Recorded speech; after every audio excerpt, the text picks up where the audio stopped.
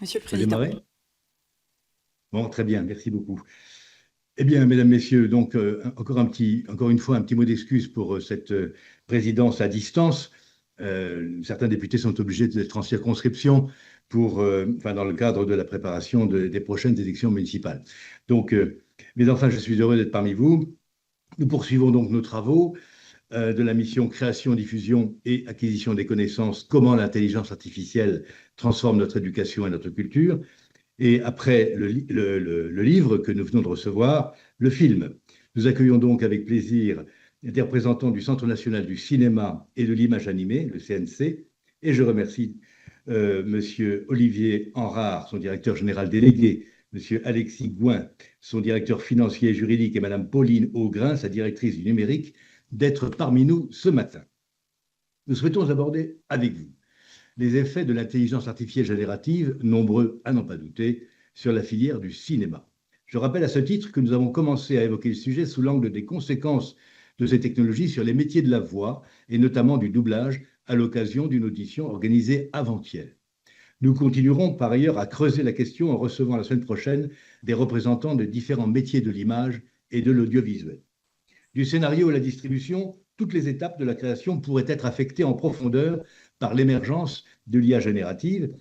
Et c'est notamment ce qui ressort d'un rapport que vous avez fait paraître en 2024, dans lequel vous développez longuement les différents cas d'usage identifiés dans les secteurs dont vous organisez le suivi, ce qui comprend notamment le jeu vidéo, que nous n'oublions pas. Vous nous direz d'ailleurs si, depuis la publication de cette étude, certaines de vos prédictions se sont avérées exactes ou si vous regrettez de n'avoir pu y explorer certaines dimensions apparues au gré des dernières innovations technologiques. Nous aimerions notamment savoir quels vous paraissent devoir être les métiers les plus affectés par ces transformations et si possible comment. Quelles tâches sont-elles vouées?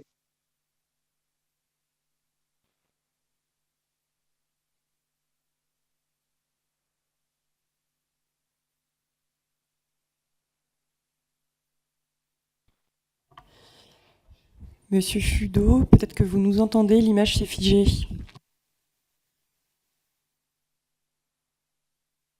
À ceux des plus grands réalisateurs. À l'avenir, chacun d'entre nous sera-t-il en mesure de produire lui-même son propre film ou sa propre série adaptée à ses désirs? Et quelles seraient les conséquences pour notre société d'une telle individualisation des contenus culturels? Nous serons très intéressés par les éléments de prospective que vous pourrez nous fournir à ce sujet. Les auditions conduites dans les domaines de l'écrit ou de la musique nous ont par ailleurs conduites à aborder ce qu'il convient bien d'appeler le pillage des œuvres. La question des droits d'auteur et de leur violation est particulièrement saillante dans le domaine du cinéma. Des acteurs et doubleurs ont d'ailleurs pu se mobiliser ces derniers mois pour contester l'utilisation de leur image ou de leur voix devant les tribunaux. Identifiez-vous donc des pistes pour garantir le respect des droits d'auteur par des technologies qui rendent par nature l'utilisation des œuvres difficilement identifiables? Nous aimerions également connaître la position du CNC sur le financement d'œuvres en partie ou en totalité générées par l'IA. Faut-il les dissuader ou les encourager ou les encadrer? Vous le voyez, nous avons beaucoup de questions à aborder avec vous, mais avant cela, nous vous laissons la parole pour un propos liminaire d'une dizaine de minutes avant que Madame la rapporteure puisse vous poser les questions qu'elle a préparées à votre intention. Je vous en prie. C'est celui-là, oui. Bien, Monsieur le Président, Madame la rapporteure, Mesdames, Messieurs, merci beaucoup de donner la parole au CNC dans le cadre de cette mission d'information, puisque c'est une question qui fait très directement écho à celle que se posent tous les jours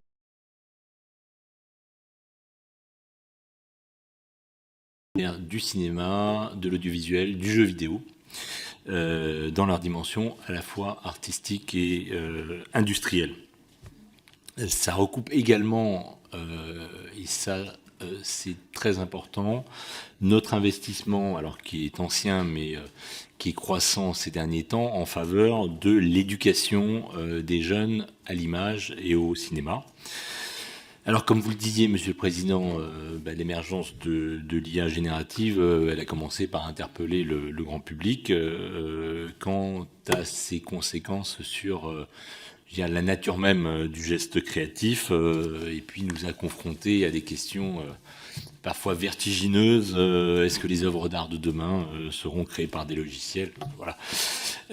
Mais, alors, pardon de revenir à des considérations beaucoup plus concrètes en propos liminaire. C'est vrai que cette question existentielle, ça n'est pas celle que nous nous posons tous les jours dans le cadre des missions du CNC. Pour deux raisons. D'abord, la première raison, elle tient à la nature même du cinéma et de l'ensemble des filières de l'image que nous soutenons. C'est que le cinéma, depuis l'origine, c'est un art et une industrie. Donc, notre spécialité, elle a toujours comporté une dimension technique, et c'est à plus forte raison le cas pour, on va dire, les dernières ramifications de l'arbre des industries de l'image animée, c'est-à-dire l'animation et le jeu vidéo, où évidemment la technologie est consubstantielle de la création dans ces spécialités. Donc par conséquent, on est confronté à une filière, à des professionnels qui sont habitués à l'innovation technologique, qui a très souvent bouleversé les formes artistiques et économiques. Il suffit de se rappeler, il y a 20 ans, en réalité, le passage de la pellicule au numérique.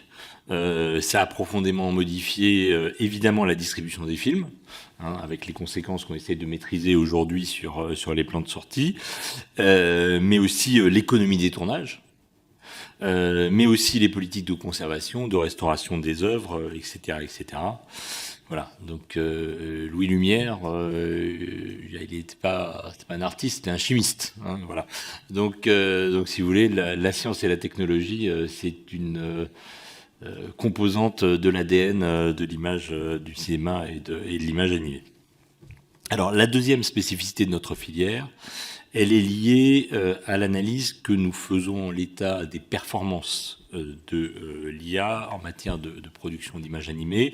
Alors c'est vrai, vous l'avez dit, Monsieur le Président, qu'il existe déjà des contenus vidéo qui sont très largement ou totalement fabriqués par l'IA.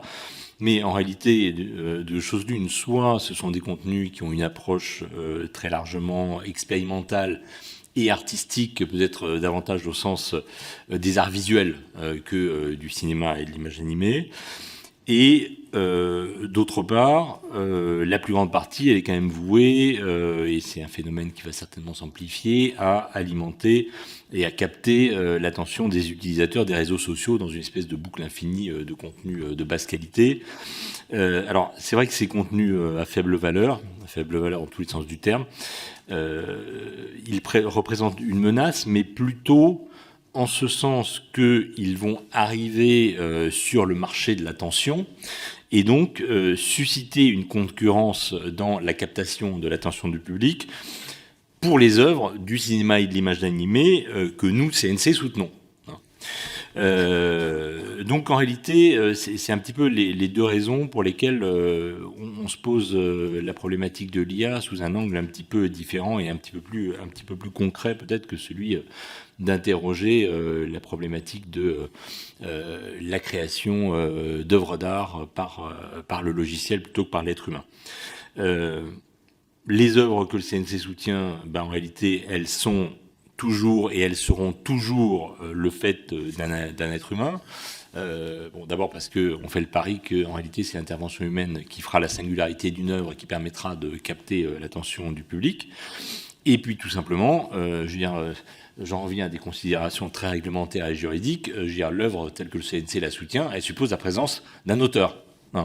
Et donc, il n'y a pas d'empreinte de la personnalité de l'auteur, pour reprendre la terminologie de la jurisprudence sur la propriété littéraire et artistique, s'il n'y a pas un être humain, en amont.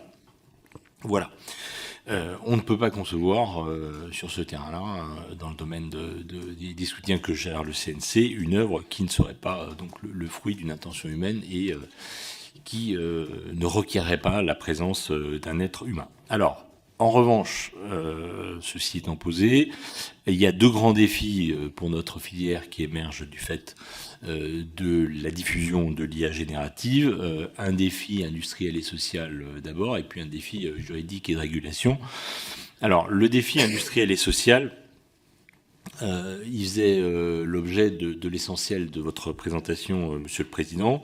Donc effectivement, on le sait, l'IA générative s'est diffusée dans nos filières comme dans l'ensemble de la société. Et donc, comme dans l'ensemble de la société, les producteurs, les distributeurs, les auteurs utilisent l'IA générative pour générer du texte, pour éliminer des tâches répétitives et parfois aussi en appui de leur travail créatif. Mais au-delà, on va dire, de cette utilisation basique de l'IA générative, évidemment, on voit qu'elle modifie également en substance de nombreux métiers techniques du cinéma, de l'animation aux effets spéciaux, en passant par le traitement du son et de la voix. Et en réalité, l'IA, elle est déjà présente dans la plupart des outils numériques qui sont couramment utilisés par tous les métiers dans la fabrication des films. Et alors ça, je crois qu'il ne faut pas le perdre de vue non plus, les usages liés à l'IA, ils affectent également les spectateurs. Il ne faut pas oublier dans cette affaire, puisque l'IA fait évoluer les modes de découvrabilité des œuvres. On se posait la question de la découvrabilité au sujet des algorithmes, des plateformes et des moteurs de recherche il y a quelques années. Demain, en réalité, ce sont les IA à grand modèle de langage qui vont recommander notre prochain film, donc selon des modalités beaucoup plus sophistiquées que ce que proposent aujourd'hui les moteurs de recherche. Alors, face à ces mutations qui sont indiscutables, le CNC, il n'a pas de doctrine à sens unique. Au contraire, nous, on veille à être attentifs aussi bien aux promesses de l'IA qu'aux menaces de l'IA. Pardon de cette formule un petit peu à l'emporte-pièce, mais je veux dire, le CNC, vis-à-vis de l'IA, il n'est ni ludiste, ni technolâtre. Donc du côté des promesses, tout d'abord, nous on veille à encourager les professionnels à se saisir des outils qui vont permettre de rendre la filière plus compétitive et plus performante, comme on le fait en réalité depuis 1946 pour chacune des mutations technologiques qui a affecté notre filière. Et en pratique, lorsqu'on analyse de façon un petit peu plus fine les gains de productivité qu'on peut espérer de l'IA, on distingue deux types d'usages. Alors d'abord l'IA conversationnelle, que j'évoquais rapidement, c'est-à-dire c'est un petit peu l'utilisation de l'IA conversationnelle dans les professions, mais dans la prolongation en quelque sorte d'un usage à des fins personnelles. Donc ça sert à réécrire des documents. Donc c'est un usage très répandu. C'est pas du tout un usage de rupture. Ça permet d'accélérer des tâches routinières. Et en réalité, c'est pas vraiment notre sujet. Mais d'autre part, on voit également que l'IA est mobilisée dans le cadre d'un usage stratégique, et pour le coup, qui va mobiliser des acteurs économiques de plus grande taille, ou bien les professionnels des industries techniques, de l'industrie des tournages. Ça, pour le coup, cet usage stratégique, il suppose de la part de ces utilisateurs une véritable maturité préalable sur les sujets informatiques et sur les problématiques de données, donc en amont même de la mise en place d'un système d'IA. On est en mesure de le faire de façon fructueuse que si on est arrivé à un degré de maturité préalable. Et ça, pour le coup, c'est le type d'usage qu'on soutient au CNC dans le cadre de ce qu'on appelle l'aide aux moyens techniques, parce qu'on est convaincu que ça peut devenir un relais de productivité pour la filière. On n'omet pas pour autant le rôle que peut jouer l'IA dans le processus créatif au sens propre du terme, puisque nous allons lancer cette année des résidences de création IA pour encourager les auteurs à explorer l'IA dans leur processus créatif. Pauline, je ne me souviens plus, on a déjà lancé l'appel à candidature ou Oui, tout à fait, et les candidatures sont attendues pour la fin du mois de février. Très bien. Alors, donc ça, c'est les promesses, mais on est également vigilant face aux impacts économiques et sociaux que vous citiez, Monsieur le Président. La mission du CNC, c'est d'une part le développement de la filière, donc qui dit développement dit développement durable, donc ça suppose un développement harmonieux qui touche l'ensemble des métiers, l'ensemble des maillons de la chaîne. Donc, je veux dire, ce développement, il ne peut pas se faire au détriment de l'une des composantes de cette filière. Et une autre mission du CNC, c'est la protection des droits d'auteur. C'est une mission qui nous est explicitement assignée par nos statuts. Alors, il y a deux types d'impacts qu'on surveille particulièrement aujourd'hui. D'abord, la transformation des métiers, vous l'avez évoqué, qui suscite une inquiétude tout à fait légitime de certains professionnels qui se sentent concernés. Donc c'est la raison pour laquelle nous avons mis en place cet observatoire des métiers que vous avez cité, car en réalité, on est convaincu que la première étape d'une bonne politique publique, ça consiste à objectiver l'ampleur des impacts avant de discuter évidemment des solutions. Alors la toute dernière publication de notre observatoire, elle portait sur les doubleurs, métier que vous avez cité, et qui est effectivement en première ligne des inquiétudes sur l'impact de l'IA en matière d'emploi. Alors, on en tire deux conclusions. À court terme, un message plutôt rassurant, c'est-à-dire qu'aujourd'hui, l'IA ne remplace pas encore le travail humain dans le doublage. Alors, c'est vrai qu'on a pu constater des baisses récentes dans le volume d'emploi des doubleurs dans le secteur, qui ont été vécues de façon difficile évidemment par les artistes-interprètes, mais ces baisses d'emploi, au jour d'aujourd'hui, elles sont liées à la baisse du volume total d'œuvres à doubler, c'est-à-dire que les plateformes qui avaient été, il y a quelques années, extrêmement à l'origine de l'explosion de la demande en matière de doublage, ont contracté leurs commandes, notamment de séries, ce qui a amené mécaniquement une baisse de l'activité des doubleurs. Donc aujourd'hui, la baisse d'activité des doubleurs, elle est imputable à la baisse du volume d'activité et pas à la substitution du travail de l'IA par rapport au travail humain. Donc ça souligne d'ailleurs au passage que, et c'est une leçon qui vaut au-delà du doublage, que ça n'est pas parce qu'une technologie apparaît, d'une part qu'elle est immédiatement concurrentielle par rapport au travail humain, et ni même qu'elle va le devenir un jour. Le deuxième impact qu'on surveille avec attention, c'est ce dont j'ai dit un mot plus précédemment, c'est une technologie qui pourrait accélérer et renforcer la captation de l'attention du public par des contenus vidéo de basse qualité, qui sont l'exact opposé de ce que le CNC cherche à soutenir.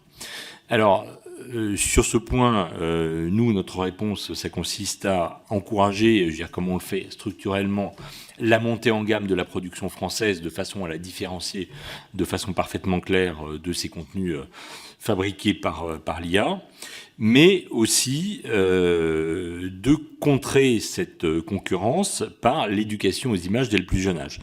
Alors, vous le savez, la France est un pays à l'initiative du CNC qui est pionnier en la matière, puisque notamment à travers le programme Ma classe au cinéma, 15% des enfants de ce pays en âge scolaire vont au moins 3 fois dans l'année au cinéma après avoir préparé cette séance avec leurs enseignants. Les mesures qui ont été annoncées au mois de novembre dernier, conjointement par le ministre de l'Éducation nationale et par la ministre de la Culture, vont permettre une montée en puissance extrêmement importante de ce dispositif. Et notamment, une de ses finalités sera d'aguerrir, en quelque sorte, dès le plus jeune âge, les enfants pour leur permettre de distinguer un contenu de qualité et un contenu de basse qualité généré, par exemple, par l'IA.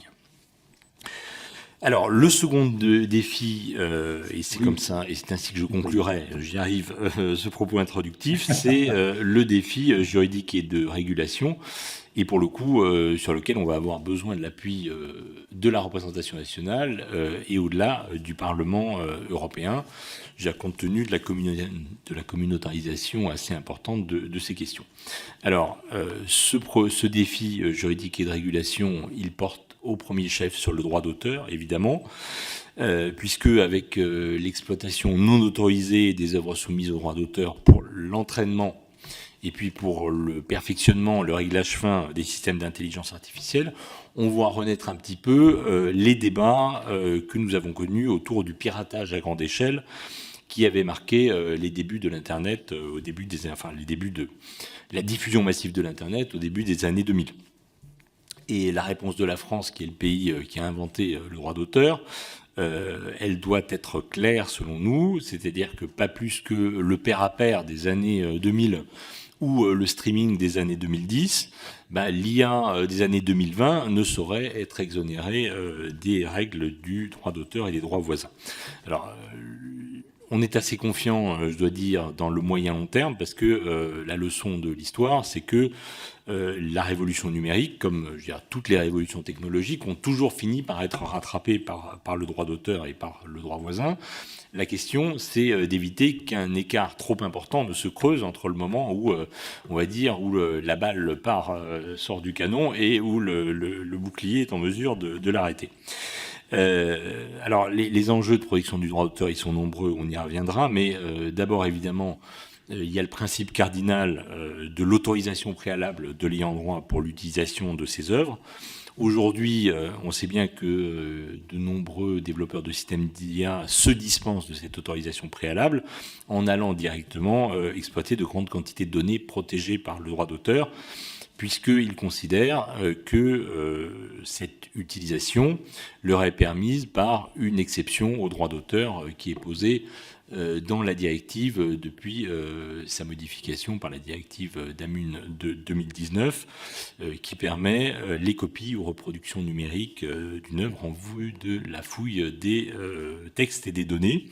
Alors, est-ce une utilisation permise par l'exception ? On sait que ce point n'est pas tranché aujourd'hui en jurisprudence. On sait que la Cour de justice de l'Union européenne est saisie d'une question préjudicielle en Hongrie à laquelle il pourrait être répondu, je crois, à la fin de l'année 2026, début de l'année 2027. Donc, à date, en l'absence de solution dégagée par la CJUE, nous considérons pour notre part que cette approche de considérer que ces utilisations sont couvertes par l'exception de fouilles de textes et de données est abusive et qu'elle ne permet pas, dans ces conditions, aux ayants droit de contrôler l'exploitation de leurs œuvres et, a fortiori, d'être rémunérés pour cette exploitation.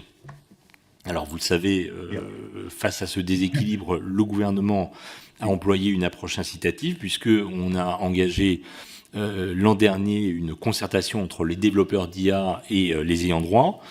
Alors, cette concertation qui vient de s'achever, elle a quand même eu un mérite. D'abord, c'est de poser clairement les termes du débat.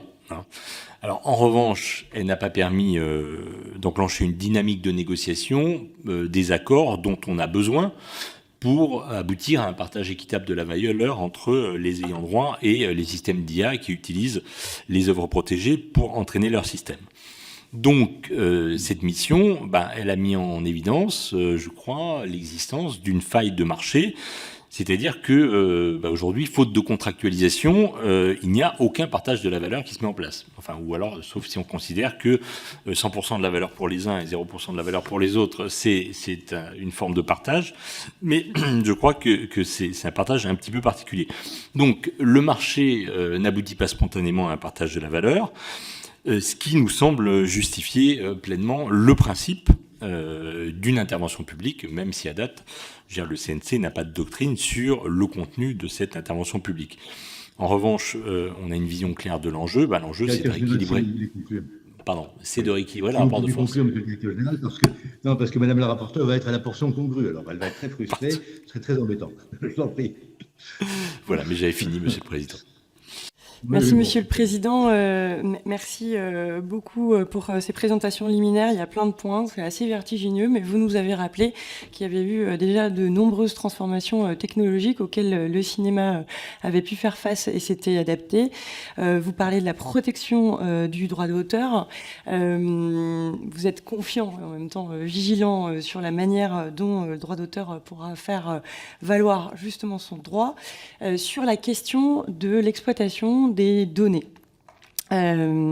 Ça a été utilisé. Il y a la question de la présomption d'utilisation de ces œuvres. Une proposition de loi sénatoriale veut, en droit français, pouvoir la poser. Qu'en pensez-vous ? Quelle question cela pose avec le niveau de régulation européen dont vous avez fait, auquel vous avez fait référence ? Aujourd'hui, ça sera une première question. Et deuxième question, on a comme un paradoxe où on a l'impression, et vous avez reconnu que de plus en plus, nous allons avoir avoir recours à des agents IA pour nous informer, pour pouvoir accéder à des connaissances. Comment répondre à ce paradoxe où il faudrait que nos éléments de culture puissent être présents pour ne pas forcément être oubliés, puisque ce sera là un canal de diffusion, mais en même temps, pas à n'importe quel prix. Donc comment encourager la présence sur les outils d'IA, mais en même temps dire qu'il faut autorisation et rémunération. Merci, Madame la rapporteure. En réalité, je crois que les deux questions sont liées de façon indissociable, parce que, je veux dire, envisager une présence sans aucune forme de contrepartie, je crois que ça n'est pas envisageable. Donc effectivement, se poser la question de savoir comment est-ce qu'on peut rétablir aujourd'hui le rapport de force entre les utilisateurs des œuvres pour entraîner les modèles et pour affiner leur fonctionnement, et ceux qui sont à l'origine de ces œuvres. Alors, je le disais, si vous voulez, à ce stade, on est face à un work in progress, puisque une proposition de loi a été déposée dans le cadre français. Je veux dire, un rapport est sur le point d'être adopté par le Parlement européen, donc le rapport Vos, qui a déjà été adopté en commission jury, qui va être soumis prochainement en séance plénière. D'ailleurs, je ne sais pas si on a déjà la date de la séance plénière pour le rapport Vos. Donc, on voit bien que des solutions s'esquissent.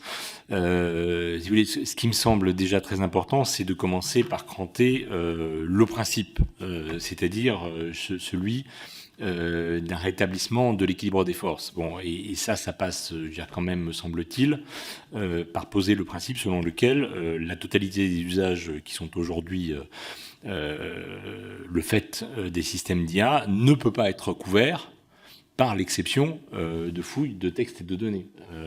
Auquel cas, si on est couvert par l'exception de fouilles des textes et de données, il n'y a pas de rémunération, puisqu'on est dans le cadre d'une exception aux droits d'auteur et aux droits voisins. Bon.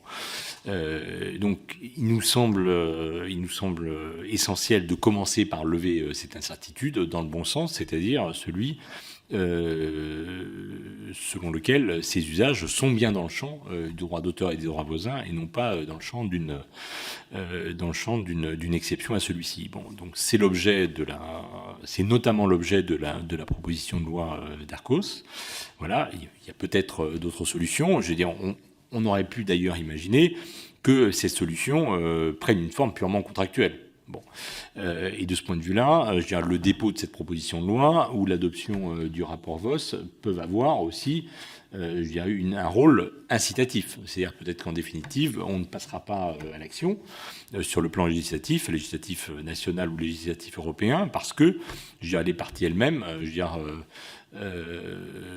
s'empareront de leurs compétences et aboutiront à un partage de la valeur sur une base contractuelle. Voilà. Donc, du point de vue du CNC, et voilà, ça me semble, je pense que ça n'est pas notre rôle de préjuger la nature de la solution juridique, mais en revanche, on est d'autant plus déterminé, on est d'autant plus convaincu qu'il est indispensable pour l'avenir de la création, à la fois pour l'avenir de la création, parce qu'il faut financer cette création, et pour que cette création soit présente à des conditions équitables sur les réseaux numériques, que celle-ci fasse l'objet d'un partage de la valeur qui aujourd'hui est inexistant. Avec ce pillage organisé, on a peut-être l'occasion aussi de montrer que les différents catalogues, en tout cas le patrimoine culturel, que ce soit celui de l'audiovisuel, des jeux vidéo ou du cinéma, c'est un actif industriel stratégique. À l'heure de la réindustrialisation et ce besoin de réindustrialisation pour être moins dans la dépendance, est-ce que vous avez un peu espoir qu'en face de cette difficulté, une manière de reconsacrer la valeur de notre patrimoine culturel ? Merci beaucoup. Effectivement, le mode même d'entraînement et de fonctionnement de l'IA suppose, pour aboutir à un résultat optimal, d'aller puiser dans le maximum on va dire, de catalogue de la meilleure qualité possible. Donc en réalité, il y a une forme de convergence d'intérêts entre les développeurs d'IA d'un côté et les créateurs de l'autre, puisque la qualité des prestations des uns est subordonnée à la possibilité pour les autres de continuer à créer, de créer dans les meilleures conditions. Et quand je dis de créer dans les meilleures conditions, c'est de créer dans des conditions qui leur permettent de continuer à innover. Parce que c'est vrai qu'on oppose souvent, et c'est vraiment la tarte à la crème la plus désolante. D'un côté, la protection de la création et de l'autre côté, l'innovation technologique. Mais je veux dire, en réalité, l'innovation, c'est l'ADN de la création artistique. Je veux dire, il n'y aurait pas de création artistique s'il n'y avait pas de disruption. Je veux dire, si de génération en génération, il ne se trouvait pas des écrivains, des peintres, des musiciens pour inventer des formes nouvelles. Bon. Et c'est cette invention de formes nouvelles qui enrichit voilà, ce qu'on va appeler aujourd'hui les catalogues et qui permet précisément d'avoir des IA de plus en plus performantes. Donc en réalité, il y a une convergence objective d'intérêts entre les deux parties dans le moyen long terme. Simplement, il faut leur permettre, dans le court terme, de dépasser une opposition formelle. Voilà. Donc ce qui suppose effectivement que les uns et les autres lèvent les yeux de leur écran, par hypothèse, pour regarder leur intérêt à moyen long terme, enfin, je dirais,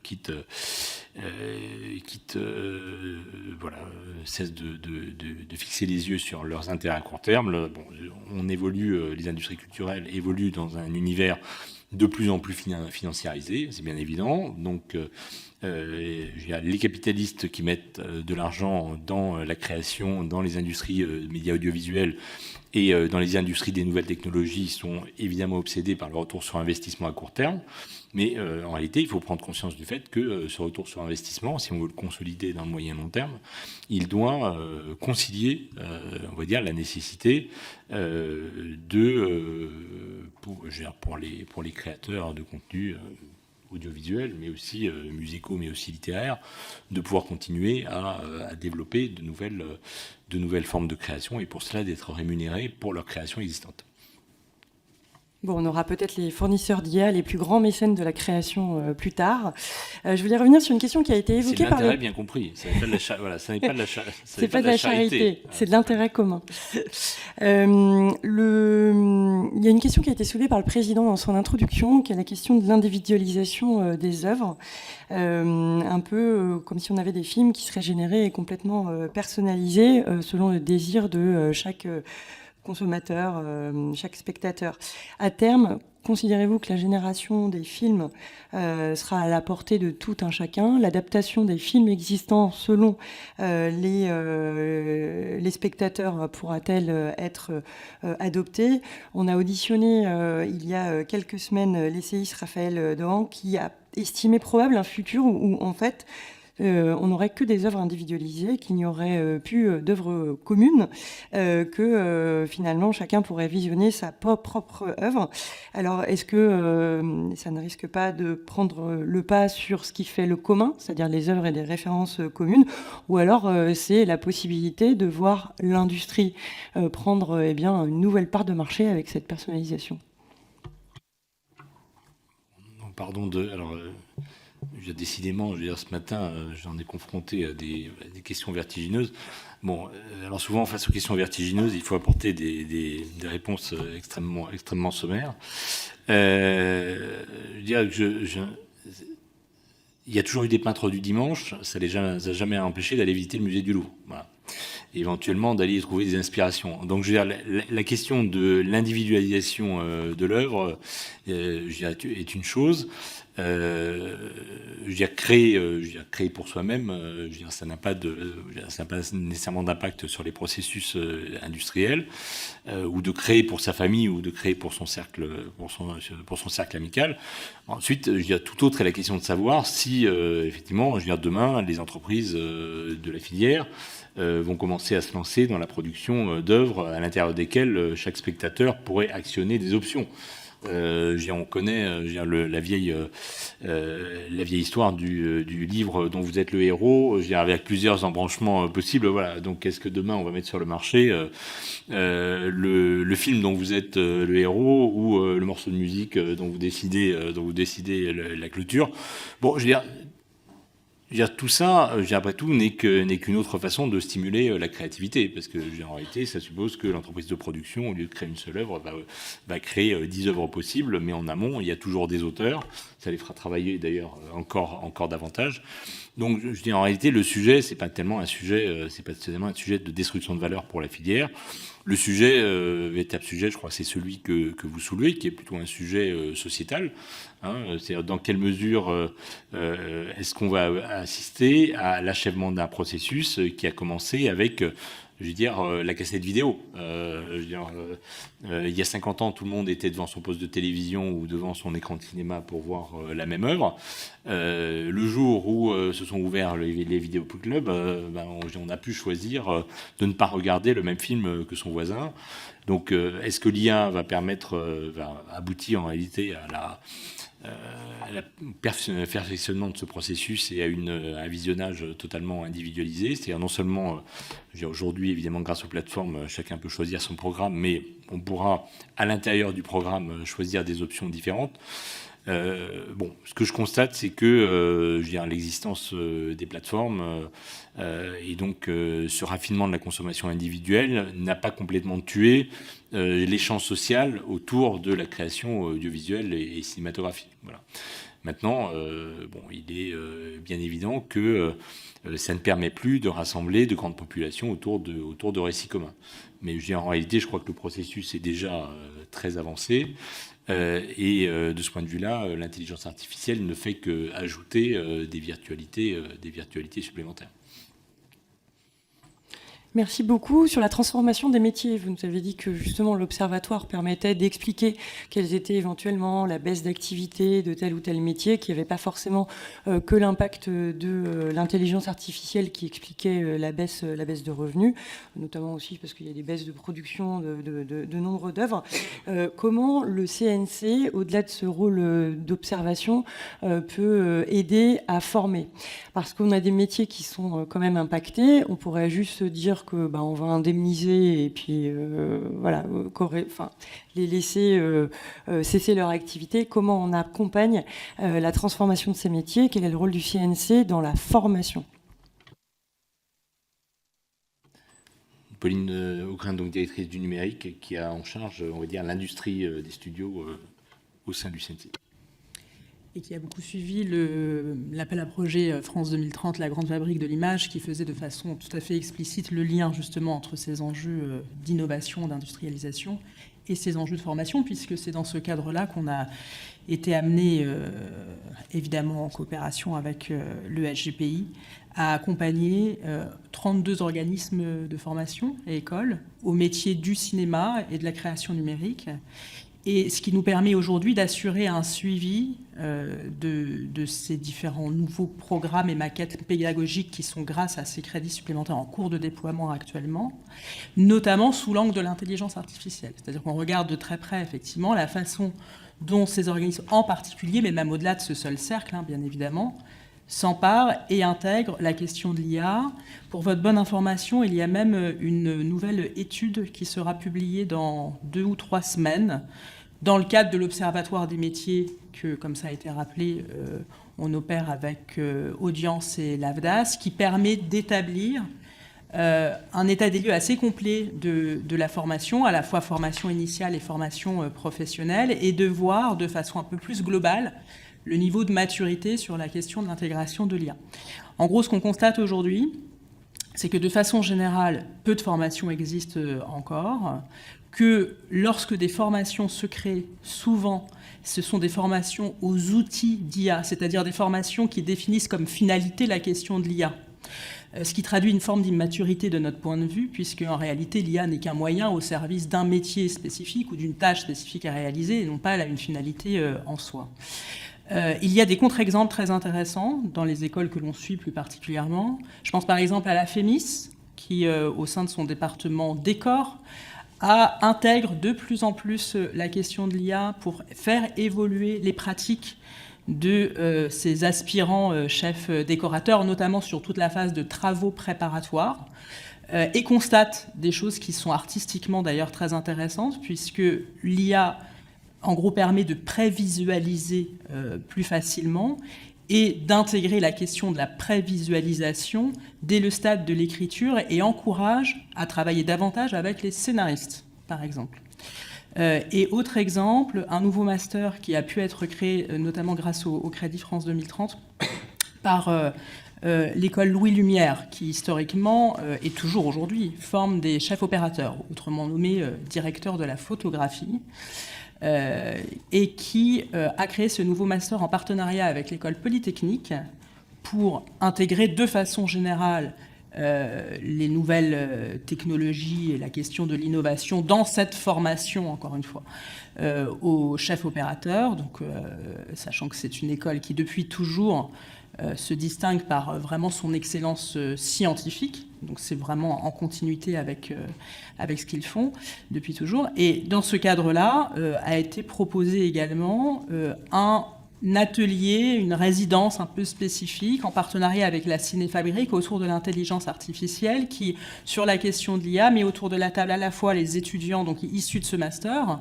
très pointus sur un plan scientifique, mais aussi les étudiants de la Cinéfabrique qui, eux, ont un profil plus créatif, ce qui permet en fait de revoir le fait que la chaîne de fabrication, effectivement, est toujours finalement la conjonction entre la technique et l'artistique. Voilà. Merci beaucoup. Alors, je ne reviendrai pas sur la question comment on distingue une œuvre qui a utilisé de l'IA d'un contenu purement statistique. Enfin, vous avez parlé de la singularité, vous avez parlé de la nécessité d'avoir des auteurs, mais force est de constater qu'on va avoir des productions complètement synthétiques.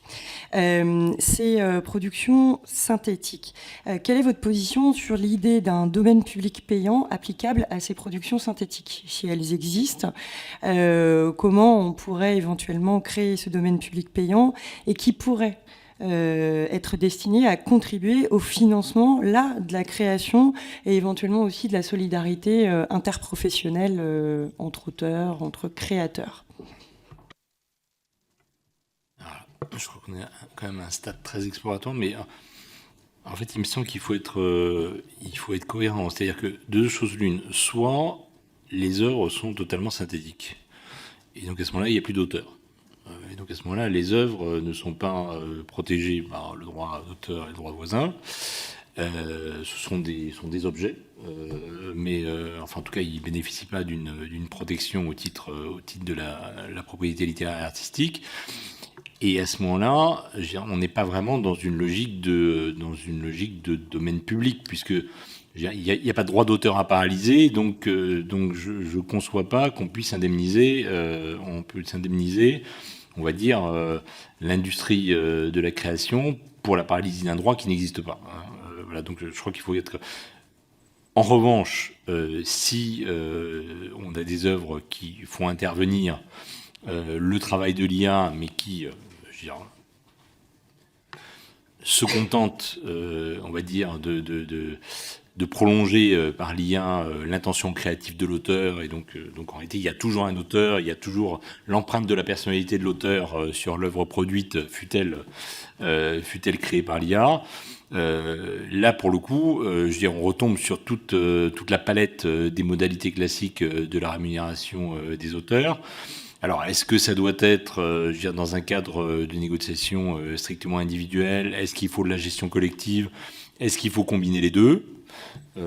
En réalité, là, je crois qu'on est vraiment au tout début. On est vraiment au tout début. Ça me semble difficile de se prononcer de façon catégorique à un stade où, en réalité, justement, on n'a même pas encore réussi à faire trancher de façon explicite, par hypothèse par la CJUE, la question de savoir si on est dans le champ ou hors du champ de l'exception aux droits d'auteur et aux droits voisins pour la fouille des textes et des données. Voilà. Donc on a quelques mois avant que la question ne soit tranchée. Donc effectivement, c'est le moment d'envisager ces différentes possibilités. Sauf erreur de ma part, le CSPLA a confié au mois de juin dernier à la professeure Alexandra Draven-Samoun une étude qui envisage notamment la question de savoir comment est-ce qu'on articule le droit d'auteur avec les productions de l'IA. Bon. Donc j'imagine que cette étude envisagera notamment les différentes modalités de rémunération. Voilà. Donc est-ce que, encore une fois, mais j'ai vraiment, pardon de revenir un petit peu en arrière, mais on s'est posé exactement les mêmes questions au moment où le piratage de pair à pair aboutissait de fait à rendre ineffectif le droit d'auteur. C'est-à-dire que est-ce que on fait totalement litière du droit d'auteur et on remplace ça par une licence légale. Est-ce qu'on continue au contraire à être attaché à la négociation individuelle? Est-ce qu'on bascule dans un système de gestion collective? Voilà, je veux dire, tous les dispositifs ont leur mérite. Ils doivent faire l'objet d'une discussion à l'intérieur même de la filière aussi, hein, parce que évidemment, le point de vue des auteurs, des producteurs, des titulaires de droits d'auteur, des titulaires de droits voisins ne sera pas nécessairement le même. Voilà, ce que je constate aujourd'hui, c'est que jusqu'à présent, on a toujours réussi à articuler les modalités de rémunération individuelle, les modalités de rémunération collective de façon harmonieuse. Voilà, je crois que c'est pas le rôle du CNC à ce stade de trancher entre les différentes possibilités qui s'offrent et qui me semblent devoir faire l'objet par excellence d'une négociation entre les différents ayants droit. Merci Madame la beaucoup. rapporteure, une dernière question peut-être? Alors peut-être, puisque vous m'avez invité, on se souvient qu'il y a quelques années, on a eu aux États-Unis une mobilisation des organisations professionnelles du cinéma qui a permis la signature d'accords. Ça a été conclu en 2023, ça devrait arriver à échéance maintenant, mais en fait, on avait ces organisations professionnelles qui pointaient que l'usage de l'IA ne saurait être imposé aux auteurs, que les acteurs doivent consentir à l'utilisation ou l'altération de leur image. Est-ce qu'il y a parmi ces règles certaines applicables et qui demanderaient des modifications législatives en Europe? On sait que c'est des situations différentes, mais j'imagine que vous avez des échos de ce qui pourrait être une renégociation de ces accords, les auteurs, les acteurs. Comment vous voyez ça actuellement?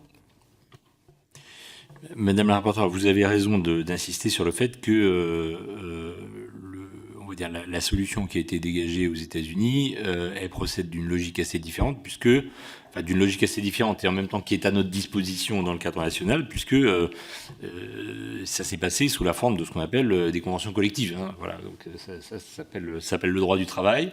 Il y a des partenaires sociaux de part et d'autre.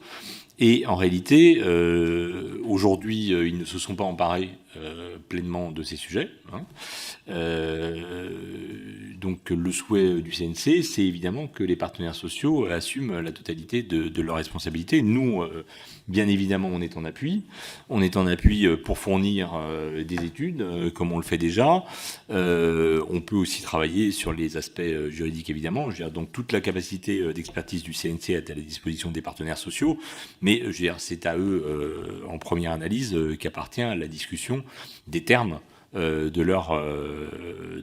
conditions de travail. Bon. Et effectivement, intégrer la problématique de l'IA dans on va dire, la définition des conditions de travail par les conventions collectives, ça nous semble être une urgence signalée. Merci beaucoup. Merci de votre attention. Bien. Madame la rapporteure, pouvons-nous conclure? Oui, Monsieur le Président. Oui. Bon, très bien, parfait. Merci donc, merci Madame, Messieurs, de nous d'avoir éclairé les travaux de notre mission d'information.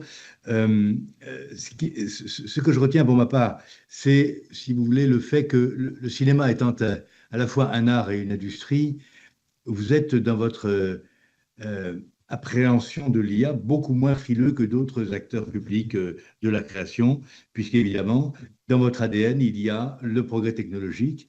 Et vous voyez bien sûr l'IA davantage par les potentialités qu'elle offre que comme un danger ou un obstacle à la création. Donc ça, c'est quelque chose qui, de ce point de vue-là, sera retenu forcément de cette audition.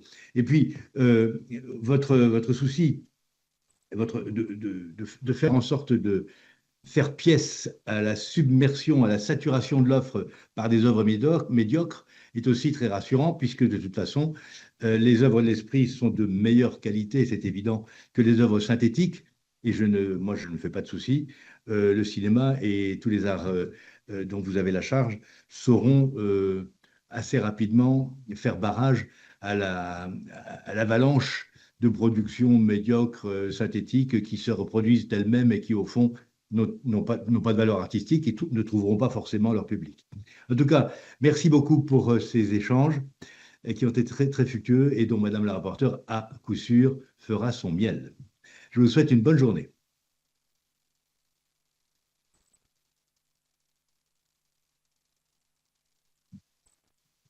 Au revoir, Monsieur le Président. Au revoir. Au revoir et merci beaucoup.